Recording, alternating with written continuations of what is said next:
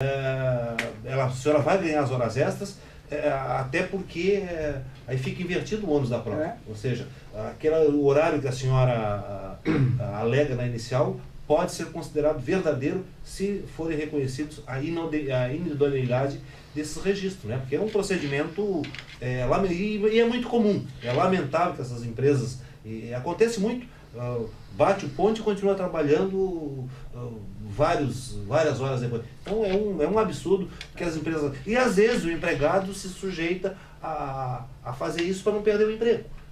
Claro que depois tem a ação trabalhista que pode reparar esse dano. Guardando sempre o prazo da prescrição não. Inclusive nós temos hoje até uma maneira diferente de registro de ponto, né, que é o registro do ponto eletrônico, que emite hoje um canhotinho. Este canhotinho muitas vezes vai ser impresso na hora que bate o ponto, mas se houver uma comprovação que trabalhou posteriormente ao registro desse ponto eletrônico, ele invalida totalmente aqueles registros mensais. É imperioso esclarecer que a CLT ela valoriza até aos minutos trabalhados, né? Ou seja, a questão do trabalho pelo empregado a serviço da empresa minuto a minuto. Então é importante esclarecer essa situação também. Eu? É isso. Nos vamos intervalo e já voltamos? Mais um bloco? Acho que é o último, né? Mais um? Mais um. Comunicando Direito. Apoio Cultural JHS Advogados Associados e Consultoria Empresarial. Dr. Jairo Hamilton dos Santos, Avenida Assis Brasil, 6.203, Conjunto 204 e 205. Fone 33 44 45 25. Asticom Assessoria Tributária e Contábil. Serviços contábeis em geral. Dr. Aloísio Martins, Doutora Ângela da Silva, Avenida Assis Brasil, 6.203, Conjunto 303. Telefone 33 40 59 20. Carmona Advogados, Dr. Felipe Carmona, Avenida Protásio Alves, 3.504, Conjunto 605. Fone 33 34 25 75. Residencial Ibiza, junto à Morada do Vale, em Gravataí. Terrenos e casas prontas para morar. Avenida Alexandrino de Alencar, 483. Telefone 34 96 68 55. Gravataí.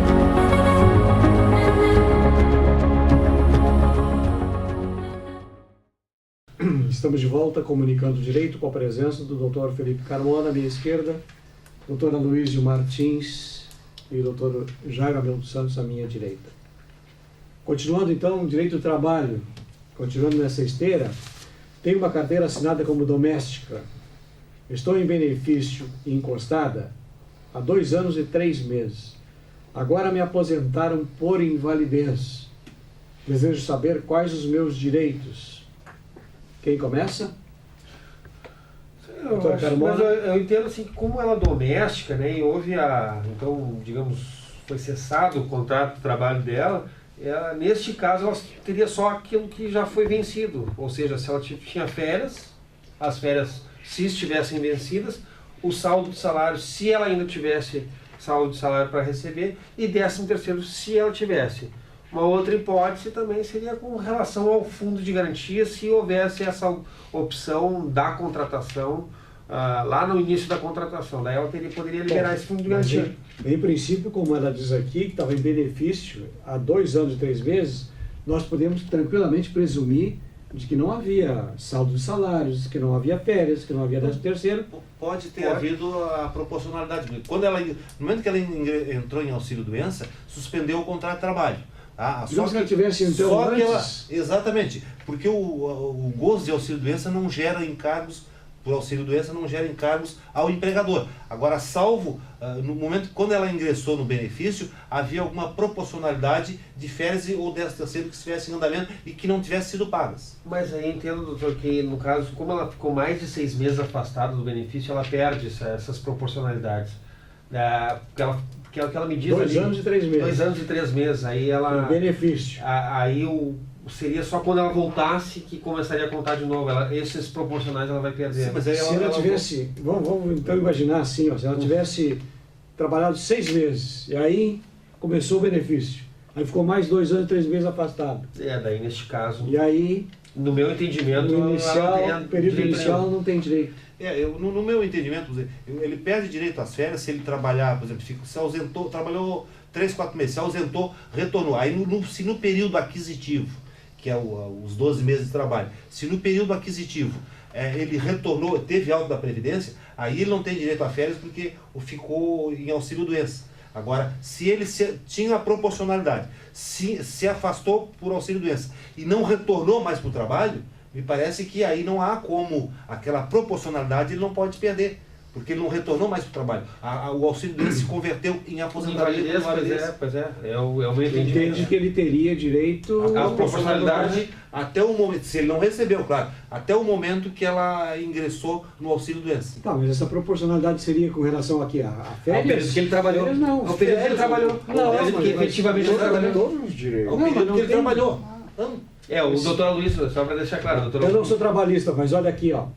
Trabalhou 4 meses, 5 meses. Certo. Aí adoeceu, foi pro INSS, não voltou Exato. mais. Certo. Ficou 2 anos e 3 meses afastado. Correto. E não vai Aí voltar ele mais. retorna. Não vai voltar mais porque você Ele aposentou. se aposentou. E aí? Aqueles 3, 4 meses inicial, gera algum direito? Aquele gera porque. Férias não, porque o direito a férias é só para quem tem 1 ano de trabalho.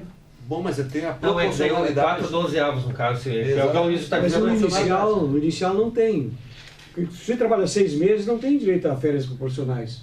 Tem, a Se ele for proporcional embora, tem. Se ele for demitido, tem. Se ele for Mas ele demitido, não- mas é que no mas não caso tem que houve uma trabalhar 1 ano para suspensão. ter direito a Aí férias? é por isso que eu...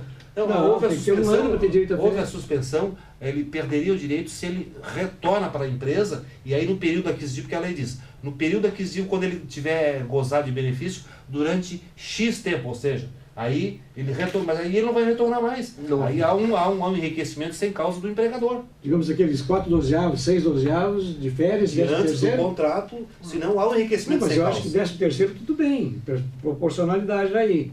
Mas férias... E férias proporcionais, Férias, porque mas ele não o fundo de retornou mais garantia, para o mas trabalho. qual é o período O fundo de aquisitivo? garantia se Claro. fizesse parte do contrato, né? Claro. Porque Mas o qual é empregado o- doméstica é facultativo o fundo de Ainda é garantia. doméstico, é. É doméstico nessa doméstico. situação. Mas qual é o período aquisitivo de férias? O sujeito só tem férias depois de trabalhar 1 ano. Não, ele Ou tem proporcional. proporcional. A cada 15 dias trabalhados ele tem 12 12 avos. Férias. Férias 13º. A cada 15 dias ele tem um 12avos. Estou aprendendo. Não, não sabia. Tá certo. Não. As férias é um direito que ele tem, não vai perder, vai proporcionar. Férias e 13º, então. Proporcional. Há entendimento, inclusive, que tem há entendimento, não é assim uma questão pacífica, de que as férias proporcionais são devidas até no caso de pedido de demissão.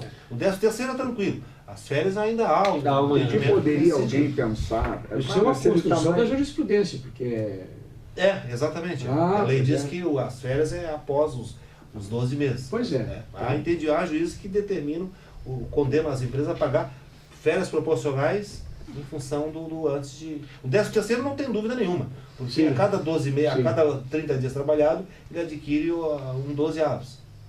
Então tá. Se, olha bem a resposta, se houve trabalho anterior. Agora, Isso aqui não está É, proscrito. do 2 período- anos e 3 Do meses. período do gozo Não tem nada, previdenciário não há não gera direito. direito nenhum. E além disso, não Ah. existe aqui na ACT se falar também em prescrição, porque ela está... Sim, não, a pressão vai contar a partir do rompimento do vínculo. rompimento do contrato. No momento É, A aposentadoria. Exato. Se não, ela rompeu o vínculo com a aposentadoria. Com a né? aposentadoria, a partir dali... Ela não pode mais trabalhar. Ainda que, na verdade, a aposentadoria não traga compulsoriedade de despedir aquele empregado. Ele fica com o contrato aberto, no meu entendimento. É porque ele está no benefício ainda. Tá bom, vamos. Já que estamos tratando de empregado doméstico, tem mais uma pergunta de empregado doméstico aqui, ó. Trabalho como empregada doméstica, agora no início de um emprego como doméstica, a minha nova patroa quer que eu assine um tal de contrato de experiência. Contrato de experiência para doméstica, hein? Pode. Pode? Pode, sim. Pode sim, porque isso é previsto na CLT e indiretamente o empregado doméstico ele passa a ser regido também pela CLT. Agora, pois pela lei já está em vigor isso aí? Empregado doméstico tem os mesmos direitos do empregado? Não, Ainda não, né? Não. Agora o Brasil existe um contrato de experiência, a finalidade dele é verificar a adaptação do funcionário, especialmente do empregado doméstico, para aquela atividade de trabalho que ele vai desenvolver. Isso aí, inclusive, o empregado doméstico, apesar de ter uma lei específica sobre algumas matérias, ele está regido pela própria CLT. E o contrato de experiência é válido, sim, pode ser feito, sim, o contrato de experiência no início do trabalho, no início do emprego, quando ela se apresentar para o trabalho, iniciando o trabalho, a empregadora pode sim propor um contrato de experiência. E o contrato de experiência pela CLT é até 90 dias. A senhora tem que cuidar que se pegar 2 meses ou 1 mês e 31 dias, não são 3 meses, é até 90 dias, contado dia a dia, não é isso, doutora Luiz? Então, já houve casos, eu sei de um aí, a Nestlé, bom, não vou falar o nome, eu já falei. Já falou agora. Bom, mas é um caso verídico. Há muitos anos atrás, uma pessoa entrou com uma reclamatória contra a Nestlé, e a Nestlé, por quê? Porque foi demitido e tinha dado 92 dias, e não 90, pegou 2 meses de 31, passou. Mas essa questão do contrato de experiência aí dos 3 meses é bem comum, né? 90 dias, são 90 dias. Não, são uma questão comum que as pessoas propagam, mas não é uma verdade absoluta, né? Porque a lei determina que é 90 dias. Eu entendo, embora a lei do doméstico ela não preveja essa situação, né, especificamente com relação ao contrato de experiência, entendo que sim, que é possível também um contrato de experiência de até 90 dias, prorrogado por uma vez. Mas antes dos 90 dias. Isso, né? Pode ser 45 mais 40 ou 30 mais 30. E o objetivo do contrato de experiência é verificar se ela é uma boa empregada. Você tem a aptidão para aquela vida doméstica. Mais uma de direito de trabalho, então. Tá recheado de direito de trabalho. No meu trabalho estão exigindo o uso de uniformes, porém querem que os funcionários comprem e paguem as suas roupas. E daí? Isso é certo? É certo? Não é certo. É evidente que não é certo. No meu trabalho, quem tem que comprar e dar gratuitamente para o empregado, para usá-lo no local de emprego durante o horário de trabalho, é o empregador. O empregado não tem que desembolsar 1 centavo para comprar o uniforme. Isso é ilegal, é imoral. Não pode o empregador exigir que o seu empregado, porque ele quer que use o uniforme, vá adquiri-lo com o seu próprio dinheiro, com sua própria dispensa. Não, quem tem que dar o uniforme é o empregador para ser usado no local de trabalho e no horário expediente. O empregado sair fora do horário com o uniforme é outro problema, mas ele tem que ser usado ali, por conta e risco do empregador. Se for exigido, né? Sim. Nas hipóteses, quando o empregador exigir que se use o uniforme, então ele tem que fornecer. Claro. É o ônus do empreendedor, né, pagar por todos os custos do empreendimento. Então, ou seja, se ele está exigindo que aquele empregado utilize uma jaqueta, calça, sapato, enfim, até um equipamento de bolso, certamente este custo deve ser suportado pelo empregador e não transferido ao empregado.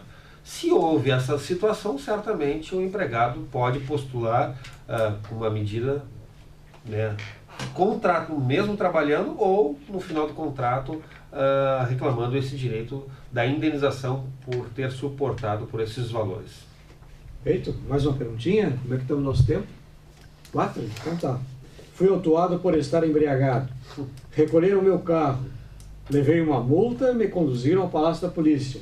E agora? Vai para casa? Vai preso? Se ele foi conduzido para o Palácio da Polícia, certamente ele estava com um limite de tolerância bem acima, né? Porque daí ele vai responder além de um processo administrativo da suspensão do direito de dirigir com um processo crime. E certamente aí nessa situação ele deve ter pago um valor de fiança, né, para ser liberado. Mas ele vai responder 2 situações. Que vai ser desenvolvido na esfera criminal, né?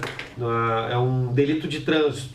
Está lá inserido no Código de Trânsito Brasileiro como um delito. Então ele vai sofrer uma punição decorrente de um processo criminal. E o outro é uma punição administrativa, que aí já é automaticamente instaurado também junto perante ao DETRAN, né, do estado onde o autuado foi flagrado, né, ou onde o prontuário está estabelecido. E aí, deste procedimento, ele já está com automaticamente a sua CNH suspensa. O DETRAN só vai verificar o período, né? Para isso, ela vai abrir um procedimento administrativo para punir este condutor. Qual é o período aí? Não... É que a lei fala no período mínimo de 30 dias, né? 30 dias. Então, 30 dias no caso... Não é o caso aqui, por exemplo, tem que fazer curso de novo, porque tem alguns casos em que o sujeito tem que fazer Se curso. for imposta a penalidade de suspensão de dirigir, sim. Tem que fazer depois da imposição da suspensão da pena de dirigir. Ele pode pegar de 30 dias, salvo engano, e até 12 meses de suspensão do direito de dirigir na esfera. Ele recebe a punição prévia da suspensão quando é apreendida a habilitação. Aí depois inicia o processo... Esses 30 dias inicialmente é essa situação, que é o primeiro, é a punição imediata, digamos assim, no ato do flagrante dessa condução. Feito? Mais uma perguntinha rápida. Vazamento entre apartamentos, de quem é a responsabilidade do reparo e como proceder? Vazamento entre apartamentos. Vazamento entre apartamentos. Bom, vazamento. Se o vazamento, veja bem, se o vazamento foi provocado pelo uso indevido do apartamento superior e vazou no apartamento inferior, no apartamento de baixo, a responsabilidade é do proprietário. Agora, se o proprietário disser não são, são canos de uso comum do edifício, que servem, vão passando. Está dentro da parede, dentro do piso. Não é de responsabilidade dele, é do condomínio, é outra coisa. Mas se for do apartamento, está vazando. Cano do apartamento, a responsabilidade é do proprietário do apartamento, está prejudicando o proprietário do andar inferior. É isso que eu presumo que ela quis dizer. Certamente, ela mora num apartamento, a pessoa mora no apartamento de baixo e do apartamento de cima está vazando. Mancha a parede, mancha tudo. Responsabilidade é do proprietário e não do condomínio. É isso aí, viu? Se for na tubulação do condomínio, é do condomínio. Se for na tubulação do proprietário... Proprietário, provavelmente, nesses casos, quando acontece um vazamento, é por mau uso do proprietário, enfim, dos moradores. Depende muito, pode ser até na coluna d'água, né? Às vezes o encanamento do banheiro fica deteriorado e dá vazamento. A hidra vaza e não conserta e vaza para lá, então aí realmente a responsabilidade do proprietário. E pior é que muitas vezes é difícil de detectar isso. Muito obrigado. Tem que quebrar todo o imóvel. Estamos encerrando o nosso programa. Quero agradecer então a presença do Dr. Felipe Carmona, Dr. Jairo Hamilton Santos e Dr. Aloysio Martins. Até o próximo. Comunicando Direito. Apoio Cultural JHS Advogados Associados e Consultoria Empresarial. Dr. Jairo Hamilton dos Santos, Avenida Assis Brasil, 6.203, Conjunto 204 e 205. Fone 33 44 45 25. Asticom Assessoria Tributária e Contábil. Serviços contábeis em geral.